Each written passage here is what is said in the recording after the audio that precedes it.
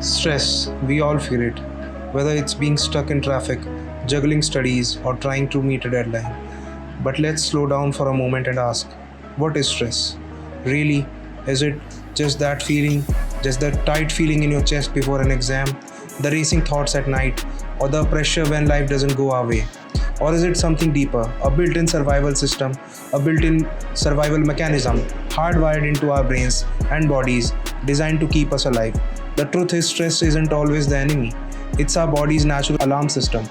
The problem comes when the alarm never shuts off. Today, let's explore what stress really means, how it works in the brain, and why understanding it might just change our way of handling it.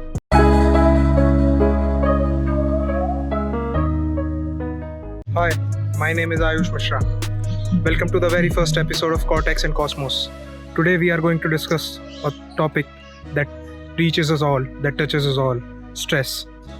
Stress is not just an emotion. From a neuroscience perspective, it is your body and brain coming together to alert you of certain situations around your surrounding. This is not just an emotion. It is your body and brain coming together to respond to an external stimuli. Like, for example, our ancestors, when they saw a tiger, they responded with fear. And that emotion is still in us. The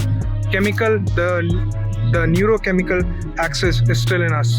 Imagine your ancestors seeing a tiger in forest and the stress they bared because of that. Their brain had to react instantly.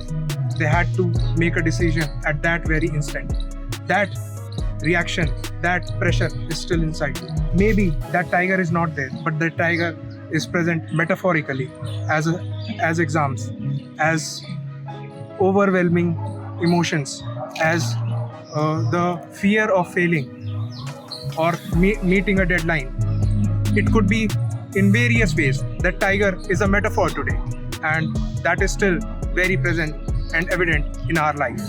The moment your brain senses danger, whether it's real or imaginary or perceived, it alerts a part of your brain that is almond-shaped called the amygdala.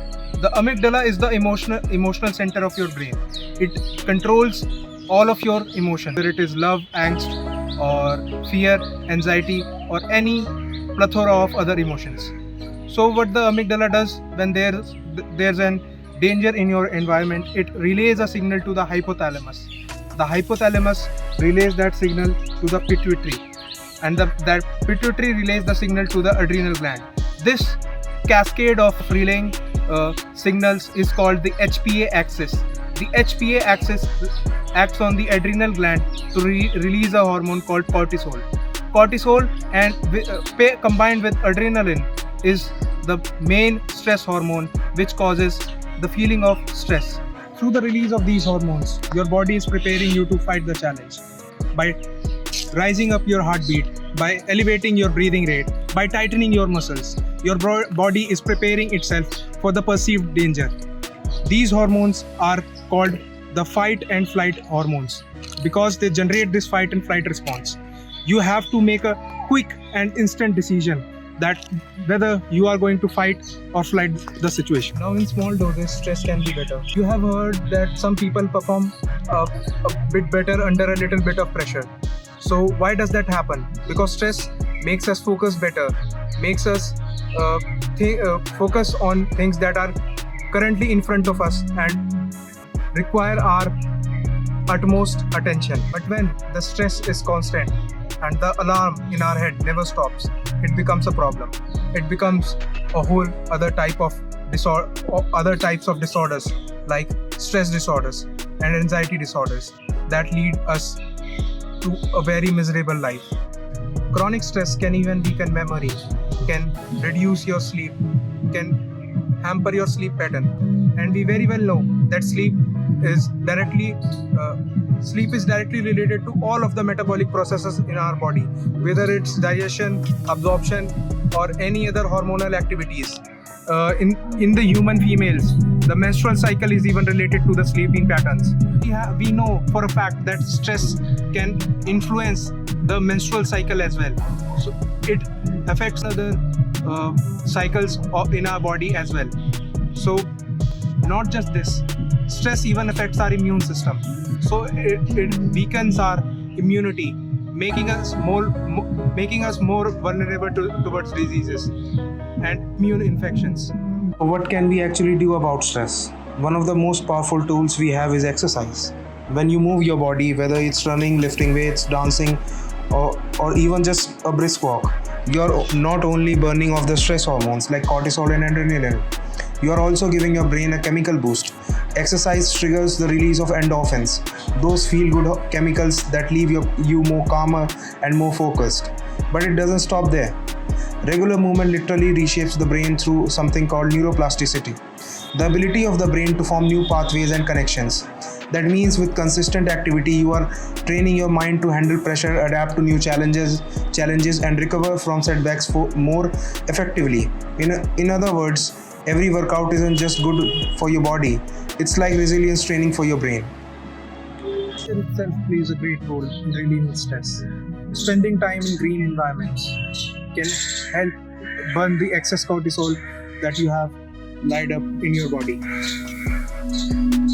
The cortisol that is built up in your body can be burned down by the spending time in green areas, by hearing the chirping of birds, by watching a beautiful sunset through these beautiful trees. That sunset can relay a signal to your brain that it's safe, it's okay, it's time to relax. The cortisol that is pent up, that is high in your blood, slowly weathers away, and you feel at calm, at peace. There's a great saying: the most beautiful color in the world is green. And why so? Because it's the most calming color in the entire world. It calms and soothes your eyes like nothing else, because it's the color of nature. Another way to deal with stress is meditation and mindfulness. There are a plethora of studies and numerous brain scans that show that meditation and mindfulness helps to deal with stress. It signals the amygdala, the alarm bell, to rest and calm. It also strengthens the prefrontal cortex, which helps in the decision making and risk taking abilities. The prefrontal cortex is supposed to be the center where all the decision making happens. So meditation and mindfulness, when done perfectly, can reduce stress, help you to be calm and composed. So stress isn't your enemy, it's your body's natural system. Like any other system, it needs balance, which can be obtained by exercise, mindfulness, meditation, and experiencing nature. If we practice these correctly, we can deal with our stress and deal with our emotions without being consumed by them. This was all about stress. And this is Cortex and Cosmos. My name is Ayush. If you like the video, do like it, share it, and subscribe to the channel.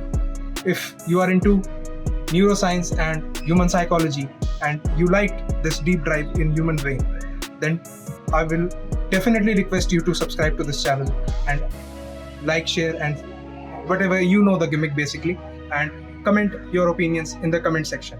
Thank you. My name is Ayush and this is Cortex and Cosmos. Bye.